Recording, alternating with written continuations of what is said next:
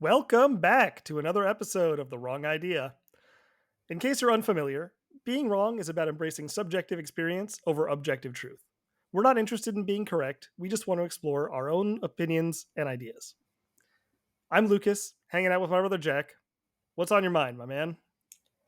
Well, you and me are both avid basketball fans. You got me into this a very long time ago, and it's become quite an integral part of our bond that we have and an integral part of our identities. And you wrote me in, whatever it was, probably almost a decade ago, maybe a little bit less than that, as a Clippers fan. That's exactly right. The Clippers are the only basketball team that matters. Yeah, you made that quite clear to me, and I latched on like the little brother that I was to that idea and was like, okay, cool, this is my team. Because right when you did that to me, that was in the prime of Lob City. So that was, everybody's getting injured once every 3 weeks. If we ever went to a game, we'd be lucky to see everybody play. And it was a great time for basketball. It was At fun. least we had some stars on the team at that point. Like, I've been a Clippers fan for quite a while now, and I was a fan. The way I actually got interested in the team was we grew up in Southern California in LA area, so I was interested in watching basketball. Actually, one of my friends got me into it. He was a basketball fan, and we wanted to go to games at the Staples Center, which will always be the Staples Center to me. Like, whatever it's called Yes, now, I don't. It's absolutely. still the Staples Center. But the point is, we wanted to go to games, and Lakers games were significantly more expensive. And because the Clippers were hot garbage, Clippers games were cheap. So we basically would just go to Clippers games, and that's how I became a fan of the Clippers. And that got me to be, you know, kind of contrarian in the basketball world, because if you were not a Lakers fan in the LA area, it was like, what's wrong with you? Yeah, because that's still right around the end of when Kobe had his fifth championship and was Mr. On top of the world. I dropped 60 in my last game, and the Lakers were really still those guys in the NBA, which was tough because every time you'd go out wearing any sort of Clippers merchandise, you would get flamed. I got heat from my PE coach in elementary school for being a Clippers fan. Like there was no holding back from anybody. But it was still fun because I had the adamancy of like whenever the Clippers, because for a long time I don't know how long it was a long period of time. The Lakers couldn't beat us. Oh yeah, there we were doing pretty well for quite a while there. But I will say that maybe it's just my personality, but I think one of the reasons I enjoyed being a Clippers fan and stayed being a Clippers fan even after I stopped hanging out with that friend and we stopped going to games, whatever. Continued to be a Clippers fan. It's just because it felt like it was very easy to be a Lakers fan, and something about that wasn't appealing to me. It was like being a Clippers fan is a little bit more like you actually had to be a fan. Like it's so easy to be a Lakers fan. You're just like, oh yeah, I love the Lakers. I'm from LA. Like the Lakers are my team. Easy, no problem. We win all the time. Like no, but I want to be a fan of a team and actually care about their success and like watch them come from being absolutely terrible to actually being a contending team. Yeah, it was cool. That's a good point because when I think back on it, I had bought 3 t-shirts that had basketball teams on them. I got a Clippers shirt, I got a Spurs shirt, and I lost a bet with my PE coach who was an avid Lakers fan, so I had to get a Lakers shirt. But the Spurs were still good at that time. It was that like Timmy D, Manu Ginobili, Tony Parker Love sort of that team. team, which was so much fun. That was the same era of the NBA when Dirk was still dominating, had his whole thing with Jason Kidd. Oh man, it was so much fun to think back on. But when I remember the Clippers, I just always would think of like Blake Griffin hitting a windmill dunk. Like to me, that still is like that iconic core of my heart as a Clippers fan still sees that. Oh yeah, I mean, well, that definitely was when you were getting interested in it. Like, I feel like that was the most enticing part. Was you had DeAndre Jordan, Blake Griffin, Chris Paul. Like that was a serious big three and could have done a lot of things. Like I remember all kinds of DeAndre dunks and Blake dunks. Like it was crazy.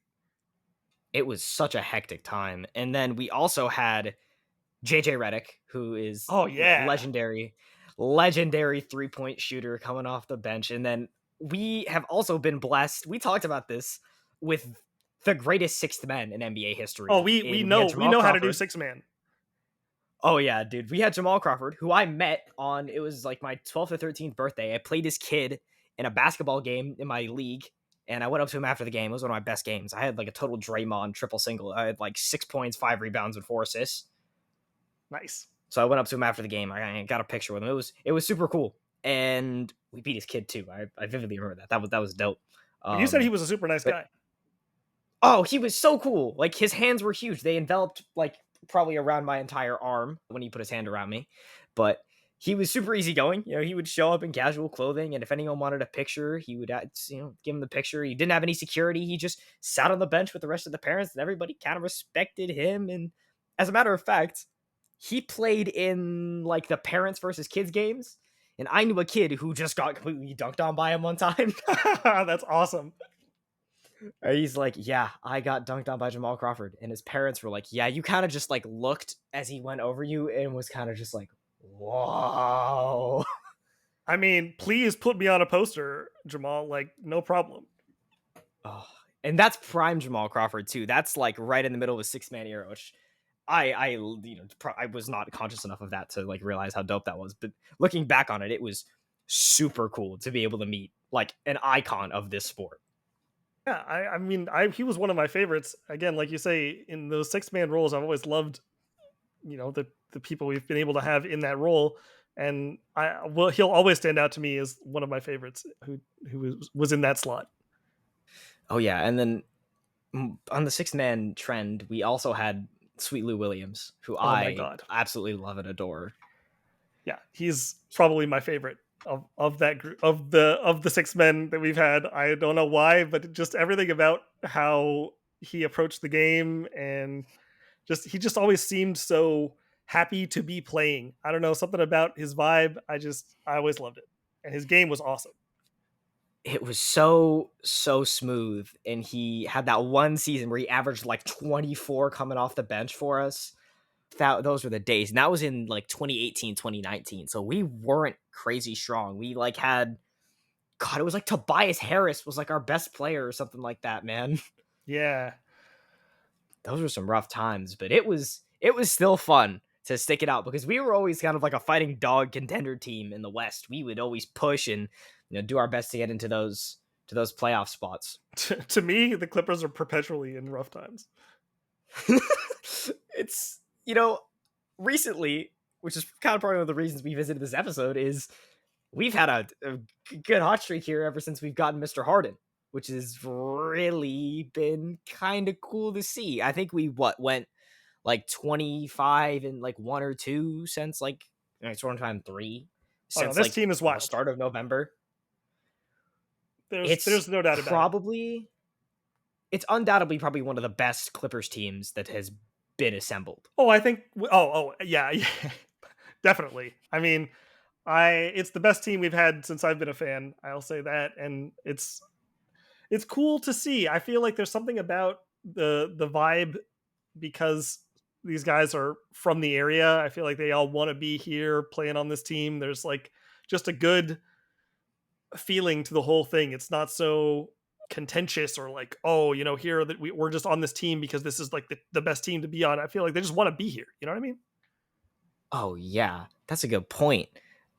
And now that you mention it, because those guys of Kawhi, Paul, Harden, Harden. and Westbrook, we were talking one time about how Harden has won sixth man because he won it with the Sixers, and he's also won the MVP. Right. And Westbrook won his MVP, and this season is looking like a sixth man of the year contender. Oh, I mean, he should definitely be in talks for that. No doubt about it. And it's interesting because that would mean, in that case, we would have two of the three players in NBA history to have won MVP and sixth man because the only other person to do it was Bill Walton. Yeah, it's crazy, man. I mean, I think It that is. says something about the kind of organization that the Clippers have. You know what I mean? It is true. for its vices, it does have its virtues, and it definitely stacks up a strong second unit. Because there was a time in there, I don't remember when it was. I was talking to one of my friends about it that our second unit was just like levels above any other second unit in the league. It was crazy. Well, that's what I mean. I feel like at least it's clear to me that the organization is very aware of what we what we need to be a well-rounded team overall. We're not always thinking about just the starters or the best, superstar team we could put together, despite, the fact that that's kind of what we're doing. But even still, you look at our second unit and it's like Norm Powell, like Westbrook, like, we've got people, Mason Plumlee too. Like, we've got people on our team Plumby. who are like, this is not a second unit I would want to go up against. Oh, it's a scary second unit, and I think that's just been a trend of us. Like all time, we've had a good second unit, but it's interesting because whenever they come in, it continues our energy. It just makes sure that we are hopefully, right, never falling flat regardless of what's happening. We always have good big energy on the court because Norman Powell, like you said, who was part of our second unit, was a starter in Toronto, and Westbrook was a starter in Houston and a starter in at the Lakers before he came over. So they have starter energy which they bring, which you can't find on almost any other bench, maybe bar like the Heat with Tyler Hero. Well, that was the thing about, Westbrook's decision to come off the bench. Like, that was such a smart and mature choice to make, that it clearly, like you said, it brings a different energy to that unit because, he could be starting on a lot of teams. He's a very strong player, and to be coming off the bench, like, that's not the guy you want to see coming off the bench. I mean, speaking of guys coming off the bench, I'll mention this quick, but I mean, it was last night. Klay Thompson came off the bench for the first time in his like entire career, I think. Yeah, I think Steve Kerr was a And little mad about the foul at the end of the Clippers game, actually. ooh, that was rough. But yeah, Clay took that quite personally and decided to have like 35 points and seven threes. Yeah, no, then he was just nasty. I remember that. Oh yeah, he's like, oh, you want to start the rookie because they started. It was like it might have been Podashemsky over him or someone like that, and he was just like, nah, I'm a vet. I'm gonna do this. But it was nice to see that Westbrook came off the bench because I don't remember how it coincided with when Harden said, "I am the system," but it definitely made it clear that he is in it for this team. He's here because he wants to help this team succeed, and he knew that his play styles. Maybe this comes back to a little bit of their that old like Big Four from OKC energy that they kind of know how people work. They know each other's personality types. He knows probably that James works really well with Paul, and Paul and Kawhi are sort of similar. Those big long wings that are good from deep. Paul not so much as of recent, but he knows that he is also a primary ball handler. He likes to be able to dictate the game, drive, move a lot. So letting James have his freedom to do that creates a lot of power in those two units. Oh, I mean, that's what we needed. I mean, people had talked about it since Kawhi and PG joined. Like, we needed a true, ball handler to, like, play make and do all the stuff you need to let Kawhi and PG, like, go be ready to spot up, take a shot, or like drive, whatever, get in, do some pick and roll, all that stuff. You know what I mean? Like, you just want that someone like James Harden needs to be there to facilitate all that stuff. I mean, for sure. And now he's also gotten into shooting his like pull up threes, which people have been telling him to do for such a long time. And it's been rewarding to see him do it because he is such a high percentage shooter. It's just incredible to watch when all three of them are working. I know Paul's been in a little bit of a slump recently, but when they're all working, you have like no stopping that 3-point threat because Kawhi's high percentage, James is high percentage, Paul is high percentage, and I don't even know who else will have on the floor. Maybe Terrence Mann and Zubats, but those are also two pretty formidable threats to I have. mean, also Norman Powell 3 point. Just saying. Oh, flipping yes, dude. And then Westbrook from three occasionally is good, but If we can, occasionally. anytime I see Russ take more than two jumpers in a row and miss them, I know that we're in a rough patch because we can't figure anything else out and we're letting Russ shoot the ball.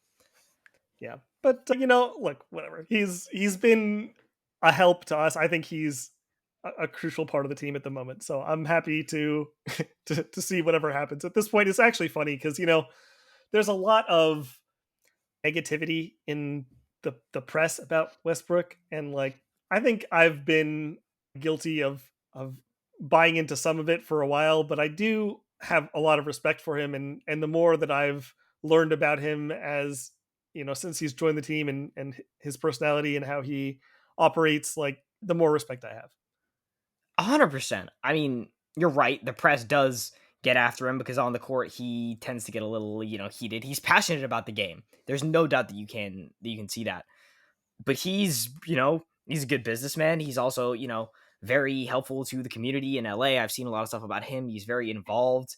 And it's also because, he's a native. It's cool to see because he definitely brings a lot of good spirit to that team. Because even though he starts in that second unit, there's no doubt that he's a presence in that locker room, which helps that whole team stay energized and want to get after it every game. Yeah, that's what I'm talking about for sure. Like in the locker room, you hear a lot about him being a vocal leader and really keeping the team energy up and people inspired. It's so important to have that on teams. And I think that one thing which I want to also touch on is our head coaches that we've had, because as Doc Rivers has just entered his position with the Bucks, they've gone 2-7.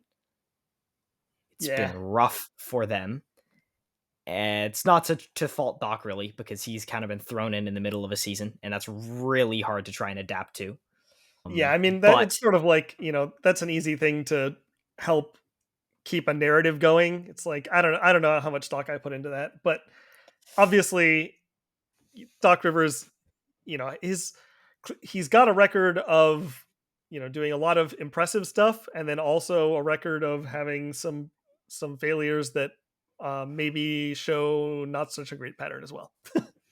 to me, it's like the fact that Paul George is one of the only players that has a compilation of him getting game winners hit over him. It's just so sad. Like if you go on YouTube and Google up Paul George game winners hit on him or something like that, you'll find like a 7-minute compilation of people just hitting insane shots over him. And he is like typically a really good defender, but he's also just fallen into that position where he's on the short end of the stick in that situation, which I think is kind of funny. Yeah, I mean, it is what it is. To me, also, one thing that says is just that he's the guy you want defending those shots a lot of those times. Like he wouldn't be in those positions if he wasn't the person you chose to have in doing that. Like if just being in that position more means you're going to end up having more bad outcomes on the whole, even if the percentage isn't worse in general. You know what I mean? Yeah, I mean that's a interesting point. I haven't actually framed it like that in my head before, but you make a very good point. And it speaks to a lot of this team because a lot of these players have big heart. Like you would want them on your teams. Like Terrence Mann, Mr. I'm older than Devin Booker, which still blows my mind, will go out there and play his heart out every night and do everything he can. Zoo, with his just height, will try his best to rebound, but it doesn't always go great. But what's been nice to see with Ty Lue is that he is good at seeing the weakness areas, which for us for a while was rebounding this season. And it's nice to see that there's a coach who is very, very, very adaptive. Yeah, that's the big difference from the Doc era to this era for sure. Is that we went from someone who is actually known for not particularly being good at adapting to changing circumstances to Ty Lue, who's ready to mix it up at a moment's notice, just based on what he's seeing and what is and isn't working. It's so nice because when you and me will text and we're shouting about what's going on, it's one of the first times that we've actually ever seen some of these changes like reflected in the way that we're playing. And it's so cool to see that sort of constant evolution of ball, which we missed for a while. It was super rigid system with Doc, and that obviously made us fall victim to a lot of those 3-1 blunders when other teams are able to see what our weaknesses are. And Doc is just like, no, we're going to stick to this and it's going to work because it won me a championship in Boston. But now we have, that Ty Lue mentality of, yeah, I can mix people up depending upon how they're doing every night and play to their strengths. I think it's cool to see that with all of these stars, if any one of those three is having a good night or even a mediocre night, two of them are having a mediocre night, we're in for a good game because one of those stars having a great night is good enough to win a team a game. And if two of them are, then you can spread that load off and they're working easy that whole night. And it's marvelous to witness that offense work. Well, that's what's so powerful about having a team that's this stacked is that you can afford to have guys have off nights and you still have a lot of offense that, is hard to contain. It's like one of the most impressive things I've seen because, you saw that Steph Curry, Klay Thompson, Kevin Durant Warriors team that will forever be one of the scariest lineups ever. And it's three offensive juggernauts in their peaks. I don't think Yeah, there's really an argument. I remember when that team was assembled, I made a meme that was Draymond, Clay, Steph, and Durant and Tyrion Lannister, and I was like, this team would win a championship. Oh my god. And that's I Tyrion at totally center, forgot by the about way. that, dude. Yeah, I would have figured. That's so funny. That team was a literal cheat code. I mean, that Warriors Cavs era, this is like totally sidetracked, but oh my god. What a time to watch basketball. I still remember you telling me the story when you were in the Bahamas of the Oh my block. god. That was, I mean, to watch that whole series unfold like that is an iconic series of basketball. Like I will never forget that. And as a Bay Area native too, that's kind of cool because, Not native, but even as well, not resident. native, resident. Yes, I was literally thinking before I said that he's not a native, he's a resident, but I said it anyways. It's cool to see because it's also a California team, so I can put a foot in there and go cheer on my state. Yeah, I Man, mean, that I will era of ball say was crazy. I will say that I I was around. I went to college around the time that the Warriors became magnificent. So, and I was at UC Berkeley, which, it would have made a lot of sense to have gotten on the Warriors bandwagon, but I still was a loyal Clippers fan. I was never cheering for the Warriors as easy as it would have been. Again, I feel like it was like it's crazy to think that I grew up in Los Angeles where the Lakers were big and doing their thing, and then I like went to the Bay where you had the Warriors doing their thing. It's like it would have been so easy to just be a fan of teams that were just getting it done and whatever. But nope, I just hang on to the Clippers and find myself disappointed more often than I care to admit.